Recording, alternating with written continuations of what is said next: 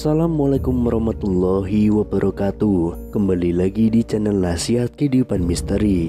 Pada video kali ini saya akan membahas tentang Nabi asli dari tanah Jawa. Islam merupakan agama dengan standar akal dan logika yang ketat. Ini formula ajaran baru yang memadukan kaidah metafisika dalam balutan fisika dasar penciptaan jagat raya beserta isinya. Itulah kenapa Islam jadi mudah begitu diterima di belahan dunia manapun, termasuk di negeri keramat ini. Kami akan membatasi kajian dari sisi keramat itu dari sudut pandang arkeologis, sebagaimana temuan Plato dalam Timaeus et Critias, Stephen Oppenheimer dalam Eden in the East, dan Arcio Santos dalam Atlantis The Lost Continent Finally Found. Berikut temuan terbaru para peneliti di Gunung Padang, Lembah Bada, dan Borobudur, peradaban besar 2-3 dimensi yang telah dikembangkan leluhur kita dan telah disepakati sebagai yang tertua dalam skala dunia. Data faktanya sulit dibantah, autentik. Dari penelitian mereka lah mencuat nama Lemuria, Atlantis, dan Dwi Pantara.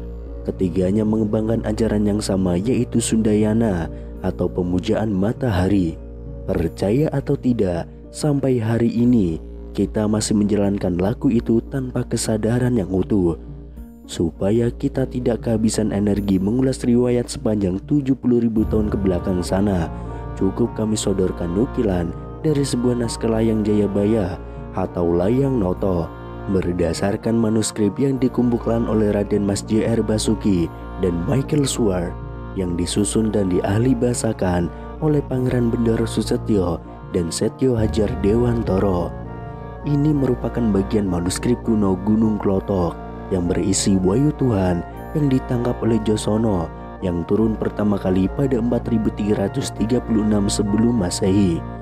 Angka tarikh itu saja jauh lebih dulu 2000 tahun dari kelahiran Ibrahim alaihissalam di Ur Kasdim pada 2510 sebelum Masehi atau Irak sekarang. Sebagai patriark agama Samawi, perannya tidak diragukan lagi. Ia adalah pembawa ajaran tauhid bagi Yahudi, Kristen, dan juga Islam. Namanya yang tersusun dari dua kosakata Ibrani, yaitu Ib dan Rahim, bisa diartikan dengan Bapa umat manusia yang penyayang. Menjadi wajar bila kemudian tiga agama Samawi itu mempunyai kesamaan visi dalam ajarannya. Sebentar kita tinggalkan Ibrahim di Ur, kini kita menuju ke Mekah dan Madinah yang menjadi epicentrum ajaran Muhammad bin Abdullah. Islam yang ia bawa mendarat di sini nyaris sezaman dengan kehadirannya di dua kota suci itu, yaitu abad ke-6 Masehi. Mengacu pada visi besar Josono di atas, artinya kemapanan ajaran Sundayana kemudian mengalami perkawinan silang atau malah tergerus. Bagaimana cara membuktikannya? Mudah sekali, dengan memahami laku keberagamaan dan kehidupan kita hari ini yang masih dogmatis, doktriner, ataupun sebaliknya. Bentuk perkawinan mesra tersebut dapat kita temukan pada ajaran kaum sufi atau tasawuf atau teosofi, semisal Syekh Al-Akbar Muhyiddin Ibnu Arabi dan Maulana Jalaluddin Rumi. Dua mistikus besar Islam ini terkenal dengan teori emanasinya yang menyertakan matahari sebagai simbol puncak ketuhanan. Ajaran mereka selalu dikaitkan dengan Quran Surat Nur yang berbunyi, Allah pemberi cahaya kepada langit dan bumi. Ibnu Arabi menamakan teorinya ini dengan Wahdatul Wujud. Syekh Burhanpuri yang menganut ajaran itu dan masuk ke negeri Katulistiwa menerangkannya dalam kitab Martabat 7 setali 3 uang saja, sama membahas perkara cahaya dan matahari. Sekarang mari kita kembali pada Josono, sosok Romo Agung yang menyerap limpahan wahyu dan mencatatnya dalam Layang Swara Dana 1 yang berbunyi, Hono kang hanitahake siti pangalingan Jawa, sumarengan jeung soler wose jejuluk Gusti, sinungan Gusti kang sawara gesang, hanitahake sawara prawasa ngagesang siti pangalingan Jawa, saking bayinat kang peteng saknalika Gusti sumilahake trawang lan wenteh. Kang Gusti Cinanten Tumuwuh, yang artinya ada yang menjadikan tanah pengingat Jawa beserta segala isinya yang dijuluki Gusti. Dialah Gusti yang merupakan permulaan hidup, menjadikan permulaan aturan kehidupan tanah pengingat Jawa. Dari keadaan yang gelap, seketika Gusti mengubahnya menjadi terang dan nyata. Apa yang Gusti ucapkan bertumbuh.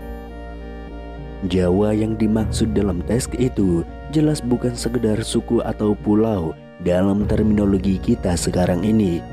Jika kita memahaminya berdasarkan pendekatan sastra jendra, Hayuningkrat Panggerwating Diu, atau ajaran keindahan semesta untuk meruat keangkaraan diri, maka Jawa bisa dimaknai sebagai laku hurip nan suwung, kosong dari segala yang bukan dia.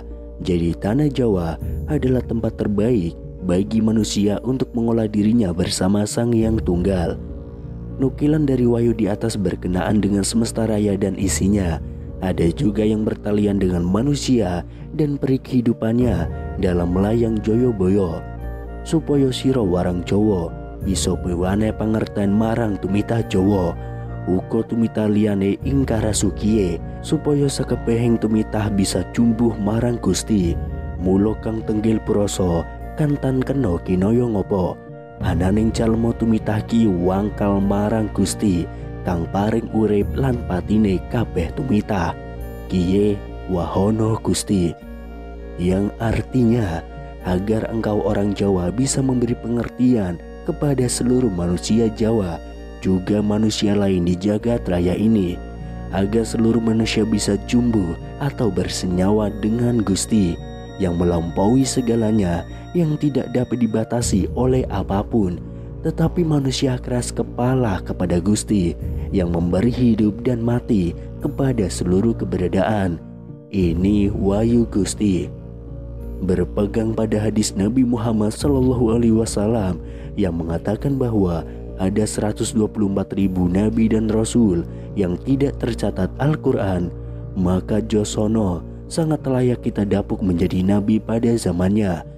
Amatilah wahyu yang diterima Josono dengan Al-Quran dalam Islam, sejatinya sama belaka, berbicara tentang perintah bagi manusia agar menjadi wakil Tuhan di bumi dengan segala penyebar rahmat bagi jagat alit, jagat gede, dan maha jagat.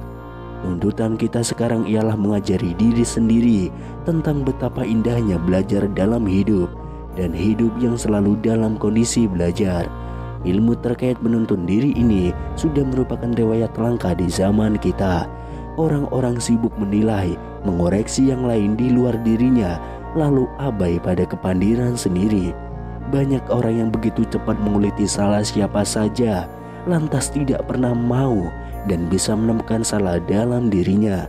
Ilmu sedemikian nampak sederhana, tapi bila mau dikaji, niscaya sampailah kita pada suatu samudra di mana diri sejati menanti dalam balutan rindu purbani.